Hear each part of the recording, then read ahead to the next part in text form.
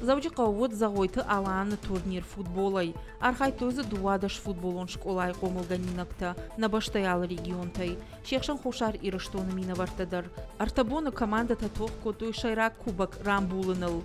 Финалы фембалды, что юности школай қомылганинакта амашт араполы команда. Олах изаута шишты сагат ирыштоны футболиста. Ныр удон кажется, что большие звезды светят малым жагашавалаты футболон лига и чемпионаты финалы.